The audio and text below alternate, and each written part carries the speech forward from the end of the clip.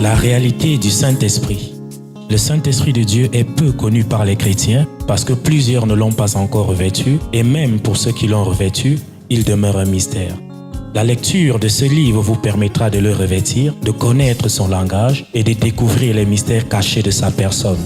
Pour tout contact, appelez au plus 237 678 78 16 21 plus 237 242 0020 09 et il deviendra pour vous une réalité. La réalité du Saint-Esprit, un livre écrit par le révérend pasteur Caleb Ngwa à Tangana.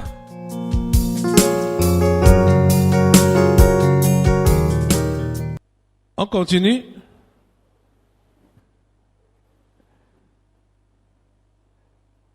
On est dans le verset 3. On dit que les gens de rien, ok, se rassemblèrent auprès de Jephthé et ils faisaient des discussions avec lui. Quelque temps après, les fils d'Ammon firent la guerre à Israël. Et comme les fils d'Ammon faisaient la guerre à Israël, les anciens de Galate allèrent chercher Jephthé au pays de Top. Pourquoi ils sont allés le chercher? Ils ont appris ce qu'il faisait. Ils ont appris ce qu'il faisait. Ils dirent à Jephthé, viens, tu seras notre chef et nous combattrons les fils d'Ammon. Jephthé répondit aux anciens de Galate, n'avez-vous pas eu de la haine pour moi et n'avez-vous pas chassé de la maison de mon père? Pourquoi venez-vous à moi maintenant que vous êtes dans la détresse? Les anciens de Galate dirent à Jephthé, nous revenons à toi maintenant afin que tu marches avec nous, que tu combattes les fils d'Ammon et que tu sois notre chef, celui de tous les habitants de Galate. Jephthé répondit aux anciens de Galate, si vous me ramenez pour combattre les fils d'Ammon et que l'Éternel les livre devant moi, je serai votre chef. Les anciens de Galate dirent à Jephthé, que l'Éternel nous entende et qu'il juge si nous ne faisons pas ce que tu dis. Et Jephthé partit avec les anciens de Galate. Le peuple le mit à sa tête et l'établit comme chef. Et Jephthé répéta devant l'Éternel à Mispa toutes les paroles qu'il avait prononcées. Chers amis, ça c'est le démarrage. On va continuer dans l'histoire de Jephthé ici pendant demain et peut-être des autres jours. Mais il faut que tu comprennes déjà ceci. Tout cela que Dieu a souvent suscité, c'est des gens qui n'ont pas connu l'aisance. C'est des gens qui ont des histoires qu'on peut appeler bizarres. Et regardez, est-ce que Jephthé s'est battu pour devenir le chef des habitants de Galate? Et ce n'est pas seulement le chef des habitants, il va pas seulement devenir le chef des habitants de Galate, mais il va devenir le chef de tout Israël. Jephthé n'a pas fait comme Abimelech. Abimelech a voulu s'imposer lui-même et en s'imposant, qu'est-ce qu'il fait? Il verse le sang. Jephthé, quand on l'a rejeté, il s'est retiré. Mais il n'a pas croisé les bras. Il s'est battu pour s'imposer dans la vie. Au point où les habitants de Galate ont eu de ces nouvelles. Quand ils étaient en difficulté maintenant, ils ont décidé d'aller le chercher. Ce n'est pas lui qui s'est proposé pour dire je vais devenir votre chef. J'ai déjà assez d'expérience. Non, c'est eux-mêmes qui sont allés le chercher. La Bible dit que c'est la bénédiction de l'Éternel qui enrichit, et il l'a fait suivre d'aucun chagrin. Ça veut dire quoi? Quand la main de Dieu est sur toi, tu peux arriver n'importe où. Tu comprends ça? Quand la main de Dieu est avec toi, tu peux arriver n'importe où. Contrairement à Abimelech, Jephthé connaissait l'histoire de sa famille. Même comme il savait qu'il est également fils d'une prostituée. Mais il connaissait l'histoire d'Israël. On va voir ça plus loin. Donc, il a refusé de se révolter. Il a compris le rejet qu'il a connu dans sa famille comme des choses qui arrivent. Il n'a pas voulu créer trop d'histoires autour de ça. Comme plusieurs. C'est-à-dire, dès que tu as un échec quelque part, dès que tu as un problème quelque part, oh, c'est comme si la vie est finie. C'est comme si la vie ne peut plus fonctionner. On ne doit pas avoir ce genre de mentalité-là. Vous devez comprendre une chose, que le Dieu qui vous a créé a ouvert des portes devant vous. Le diable, qui est également votre ennemi, a aussi des portes ouvertes devant vous. Le plus souvent, c'est par les portes de Satan qu'on veut facilement entrer. Et quand Dieu ferme ça, on se met à pleurer pour dire, hey Dieu, pourquoi tu as fermé cette porte? Sans savoir que c'est la porte du diable. Que Dieu a fermé parce qu'il ne voulait pas qu'on entre par là. Comprenez ça? Dieu qui nous a créés a des portes ouvertes devant nous. Le diable aussi, à côté, a aussi ouvert des portes. Mais c'est souvent par les portes du diable qu'on veut entrer. Parce que là-bas, ça paraît facile. Et quand Dieu veut réaliser ce qu'il a décidé de faire dans ta vie, il va fermer les portes du diable et celui qui n'a pas d'intelligence va se fâcher. Il va s'énerver pour dire à Dieu, Dieu, regarde, pourquoi tu as fait ça? Pourquoi tu m'as empêché de prospérer? Pourquoi tu m'as empêché d'épouser tel? Pourquoi tu m'as empêché d'avoir tel travail? Pourquoi tu m'as empêché d'avoir telle opportunité? Pourquoi tu m'as empêché de voyager? Ainsi de suite. Ils vont se plaindre sans savoir que Dieu a fait ça pour les préserver. Si Jephthé n'avait pas été rejeté par sa famille, par ses frères, son talent de leader n'allait pas se révéler. Vous êtes en train de comprendre ça? Ce talent-là, de combattant, de leader, ça n'allait pas se révéler. C'est parce qu'il a été chassé par ses frères, par sa famille, que ce talent-là, qui était enfoui en lui, s'est révélé. Et quand ça s'est révélé, ceux qui l'avaient chassé ont eu les échos. Ceux parmi vous qui ne voulaient pas vous affirmer dans la foi, parce que vous voulez plaire aux gens qui vous encadrent, qui vous entourent, les mondains. Vous voyez, vous pensez que Jésus a parlé, c'est par hasard qu'il a donné ces consignes dans la Bible. Allons dans Matthieu. Parce que plusieurs n'ont pas de fermeté dans la foi à cause des membres de leur famille. Pourtant, Jésus a été clair là-dessus. Jésus a été clair là-dessus. Matthieu chapitre 10.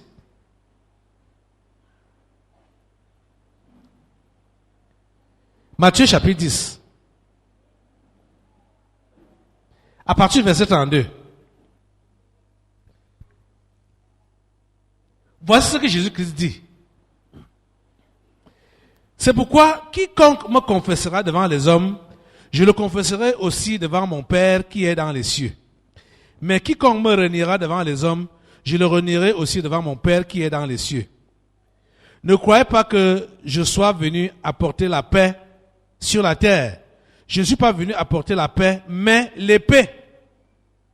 Car je suis venu mettre la division entre l'homme et son père, entre la fille et sa mère, entre la belle-fille et sa belle-mère. Et l'homme aura pour ennemi les gens de sa maison. Ça paraît être un évangile de discorde. Un message de discorde. C'est ça, non? Jésus savait ce qu'il disait. Jésus n'est pas allé dans tous les détails, comme il nous donne ça aujourd'hui, pour nous faire comprendre que tu peux être humain, que c'est toi qui t'as fait, mais tu as pour père ou mère un ange déchu, ou un revenant. Vous ne pouvez jamais vous entendre quand tu as donné ta vie à Jésus. Jamais de la vie. Monte, descend. L'eau et l'huile ne se mélangent jamais. Tu as des parents, anges déchus, ou revenants, ou réincarnés. Toi, tu donnes ta vie à Jésus. Tu penses qu'un jour, ils peuvent se convertir, ils seront d'accord avec toi? Ou alors tu pars épouser un ange déchu, ou un revenant, ou un réincarné. Tu penses que il va se convertir, même si tu changes n'importe comment. Il est même conscient que ma femme a changé. Il ne peut jamais se convertir, parce que sa nature n'est pas adaptée à la conversion. Hein? Vous voyez, quand Jésus dit ces choses, quand Jésus parle comme il parle là, c'est parce qu'il savait. Il n'est pas allé dans les détails. C'est ici qu'on a vu ces détails-là. Que les gens qui sont dans la même famille avec toi, vous pouvez même sortir du même ventre, mais vous êtes différents.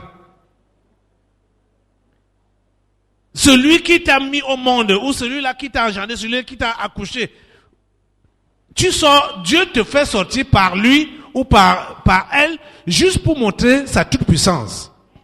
Vous avez des natures différentes. Sinon, Jésus n'allait pas dire ça. Mais pourquoi? Écoutez ce qui est dit au verset 36 là. Et l'homme aura pour ennemi les gens de sa maison. C'est quoi ça? Donc Dieu vient créer la discorde dans nos familles. Ça ne vous dit rien. Ça ne vous dit rien. Mais vous allez voir que plusieurs parmi vous là, vous voulez contenter les gens de vos maisons. Hein? Au niveau de votre foi. Il faut les contenter. Écoutez. Toute personne qui a réellement l'étoile de Dieu sur sa vie, avant même de te convertir, tu deviens un problème dans ta famille. C'est-à-dire, c'est comme si les esprits impurs, ils voient certaines choses à l'avance.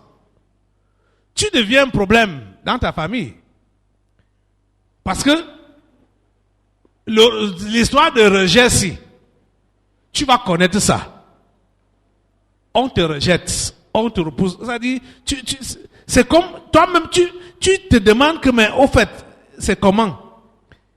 Je suis même, ce sont mes frères là, ce sont mes parents là, et certains parents ne cachent même pas de dire ouvertement à leurs enfants que tu n'es pas mon enfant. Un parent qui te dit ça comprend déjà que tu n'es pas réellement son enfant. Bon, n'essaie pas de vouloir forcer mais c'est toi qui m'as accouché, non? C'est toi qui m'as engendré, non? Il t'a déjà dit que tu n'es pas mon enfant. Il sait ce qu'il dit. Vous comprenez, non? C'est quelqu'un d'une autre nature. C'est quelqu'un d'une autre nature. Fais alors l'erreur que tu donnes ta vie à Jésus. C'est là que tu vas voir le corrigé de la haine, du rejet. Jésus dit ici que et l'homme aura pour ennemi les gens de sa maison. Et écoutez, il continue au verset 37. Celui qui aime son père ou sa mère plus que moi n'est pas digne de moi. Et celui qui aime son fils ou sa fille plus que moi n'est pas digne de moi. Celui qui ne prend pas sa croix et ne me suit pas n'est pas digne de moi. Celui qui conservera sa vie la perdra. Et celui qui perdra sa vie à cause de moi la retrouvera. Amen. Voilà ce que Jésus a dit. Mais plusieurs parmi vous là, vous pensez que vous pouvez conserver votre vie en cédant aux pressions des membres de vos familles contre la foi? Vous n'allez pas vous en sortir. Ça ne va pas donner. Si vous avez vraiment cru en Jésus, comprenez que vous allez être combattu. Vous étiez déjà combattu, rejeté, mis à l'écart, avant même votre foi authentique. Mais dès que vous croyez, comprenez que cela va s'aggraver, s'augmenter, c'est-à-dire le rejet. Mais Dieu permet tout ça pour te mouler, pour te former, te donner la forme qu'il faut. Mais je sais que plusieurs préfèrent avoir la foi de la vue et non la vraie foi. La Bible dit que mon juste vivra par sa foi. La Bible dit que nous marchons non par la vue, mais par la foi. Et le juste de Dieu doit vivre par la foi. Quand tu es là, tu ne veux pas de troubles. Tu ne veux pas être rejeté. Tu ne veux pas souffrir. Comprends que tu es en train toi-même de te disqualifier par rapport à la foi. Vous avez été même averti pendant la traversée que les épreuves sont devant vous. Les épreuves sont devant vous. C'est au niveau de votre foi. Et nous entamons cette année, le séminaire de cette année, en voyant le cas de ce jeune homme qui est rejeté par sa famille. Regardez quel encadrement sa mère pouvait lui donner, étant une prostituée. Elle sait même qu'elle a un enfant. Hein? Vous avez vu les prostituées maternelles? Hein? Les prostituées ne sont pas maternelles. Quand elle conçoit même, ça la dérange. Ouais, ça me gâte le travail. Hein? Parce qu'elle a conçu. Est-ce qu'elle a fait ses relations pour concevoir? Elle n'est pas une femme mariée. Elle n'est pas une femme qui doit donner les enfants. Pour elle, c'est le sexe pour de l'argent. Vous voyez? Donc, quand elle consomme comme ça là, c'est un très grand accident pour elle. Elle ne peut, donc, quand l'enfant là va naître, ben elle va même maltraiter l'enfant là. Comme toi, tu es venu me perturber la vie. Je fais quoi avec toi? Donc, voilà quelqu'un abandonné à lui-même. Vous allez donc remarquer que ceux-là qui sont nés de cette façon, comme Jephthé, et Dieu met sa main sur eux, ils deviennent des gens importants. Ils deviennent des références, comme Jephthé comme ça. Vous voyez que le pays est en trouble, le pays est sous oppression depuis 18 ans. C'est lui qu'on part chercher. Au pays de Top, là où il était allé se réfugier. On a eu de ses nouvelles. On a compris que cet homme a quelque chose en lui. cet homme peut nous diriger. Ils sont allés le prendre et on l'a établi comme chef. Mais ce qui me plaît chez Jephthé, c'est que il n'avait pas eu de révolte et même un esprit de rancune. Il est vrai, il évoque ce que sa famille paternelle lui a fait.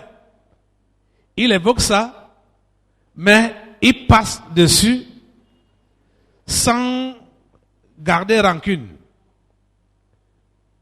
Vous voyez? Parce que s'il avait gardé rancune, il n'allait jamais accepter de revenir là. Il n'allait jamais accepter de revenir là. Et quand on va continuer à étudier son histoire, vous allez voir que cet homme connaissait ses origines. Pas les origines, pas du côté de la femme prostituée, mais du côté de son père qui était un Israélite. Et il savait que ce peuple-là avait une histoire et avait un Dieu. Et ce Dieu-là ne rejette pas les gens. La Bible nous dit qu'il ne fait pas exception des personnes. Donc il ne fait pas de distinction entre les gens. Et c'est ça qui a été son point fort. S'appuyer sur Dieu. Au lieu de se révolter, il s'est appuyé sur Dieu. Il s'est appuyé sur Dieu. Et c'est le conseil que je vais donner à tous aujourd'hui. Je ne sais pas ce que vous expérimentez dans votre vie sociale, dans votre vie familiale, dans votre vie tout court. Les relations, ça se passe avec les humains, avec vos semblables. Quand bien même ceux-là vont vous méconnaître, ils vont vous rejeter. Comprenez une chose, votre origine n'a pas commencé chez eux-là. Votre origine commence en haut. Donc quand vous avez des conflits avec votre entourage, regardez en haut. Levez vos yeux en haut, vers le ciel, vers le Dieu créateur, et il vous montrera le chemin à suivre. Vous êtes en train de comprendre ça? Il sait exactement pourquoi vous êtes né dans cette condition. Il sait exactement pourquoi il permet qu'on vous traite de cette manière qu'on vous traite là, qu'on vous rejette, qu'on vous écarte, qu'on vous méprise. Il sait pourquoi cela se passe. Mais c'est toi qui ignores. Pourquoi est-ce que Dieu a permis ça? Et aujourd'hui, tu es enseigné que Dieu permet que tu sois rejeté pour te former, pour te mettre à l'école, pour te former. Parce que quand tu auras assimilé toutes les leçons, tu vas être utile pour plus d'une personne. Tu comprends, non? Tu seras utile. Tu seras un exemple. Tu seras un modèle. Parce que tu as appris seul dans la souffrance. Tu as appris seul dans le rejet. Cela va te permettre d'être utile à plus d'une personne.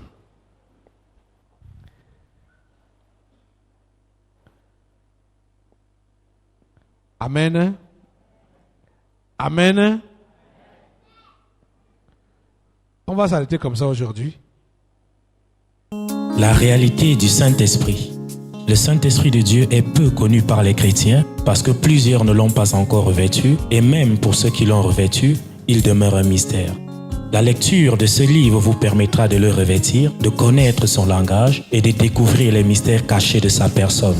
Pour tout contact, appelez au plus 237 678 78 16 21, plus 237 242 0020 09 et il deviendra pour vous une réalité. La réalité du Saint-Esprit, un livre écrit par le révérend pasteur Caleb Ngwa à Tangana.